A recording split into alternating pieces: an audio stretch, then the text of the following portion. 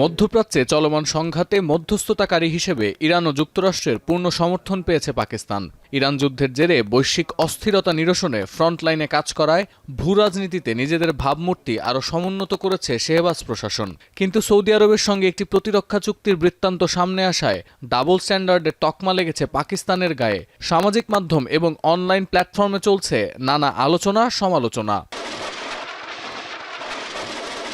রয়টার্সের খবর, গেল এপ্রিলের শুরুতে ইরান যুদ্ধ চলাকালে সৌদি আরবে ৮,০০০ সেনা, স্কোয়াড্রন যুদ্ধবিমান এবং একটি আকাশ প্রতিরক্ষা ব্যবস্থা মোতায়েন করেছে ইসলামাবাদ, যেখানে শুরু থেকেই তেহরানের অভিযোগ ছিল সৌদি আরবের ভেতরে হওয়া হামলার প্রতিশোধ হিসেবেই রিয়াদ ইরানের ওপর বেশ কয়েকটি অঘোষিত হামলা চালিয়েছিল।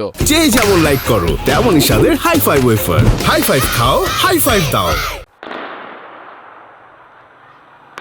সেনা মোতায়েনের খবর সামনে আসার পরপরই পাকিস্তান বিরোধী পোস্টে ছয়লাভ সামাজিক মাধ্যম। ডাবল স্ট্যান্ডার্ড ছাড়াও লোক দেখানো নিরপেক্ষতার তকমা দিয়ে শেহবাজ প্রশাসনের সমালোচনা করছে ভারতীয়রাও। তাই ইরান যুদ্ধে মধ্যস্থতাকারী হিসেবে প্রধান ভূমিকা পালন করা সত্ত্বেও কেন রিয়াদের সঙ্গে সামরিক সহযোগিতা জোরদার করল ইসলামাবাদ, এ প্রশ্নই এখন সবচেয়ে রহস্যের। যদিও এ ঘটনায় এখনও নীরব পাকিস্তানের সামরিক বাহিনী, পররাষ্ট্র মন্ত্রণালয় এবং সৌদি সরকার। গেল বছর স্বাক্ষরিত এই প্রতিরক্ষা চুক্তিতে ছিল কোনো এক পক্ষ আক্রান্ত হলে পাকিস্তান ও সৌদি আরব একে অপরের প্রতিরক্ষায় এগিয়ে আসতে বাধ্য থাকবে। এই চুক্তির ফলে সৌদি আরব পাকিস্তানের পারমাণবিক সুরক্ষার বা নিউক্লিয়ার আমব্রেলার আওতায় এসেছে এমন খবর প্রকাশ পেয়েছে পাকিস্তানের গণমাধ্যমেও।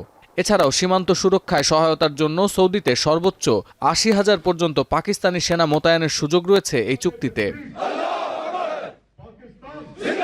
এই চুক্তিকে সৌদি আরবের সঙ্গে পাকিস্তানের কৌশলগত সম্পর্কের ক্ষেত্রে সবচেয়ে বড় মাইলফলক হিসেবে দেখছে জেরুজালেম পোস্ট। যদিও তাদের বিশ্লেষণ, এই অঞ্চলের ক্ষমতার ভারসাম্য বদলে দিতে পারে সম্পর্কের গতি প্রকৃতি। কারণ দীর্ঘ ৫.৫ দশক ধরে সৌদি আরব সহ উপসাগরীয় দেশগুলোর মূল নিরাপত্তা গ্যারান্টার ছিল যুক্তরাষ্ট্র, যা ইরান যুদ্ধের জেরে কিছুটা প্রশ্নবিদ্ধ হয়েছে। এছাড়াও অনেকেই আবার একে ইসলামিক ন্যাটো বা নতুন আঞ্চলিক ব্লকের উত্থান হিসেবেও দেখছেন। সতীর্থ কর্মকার, এখন বিশ্ব।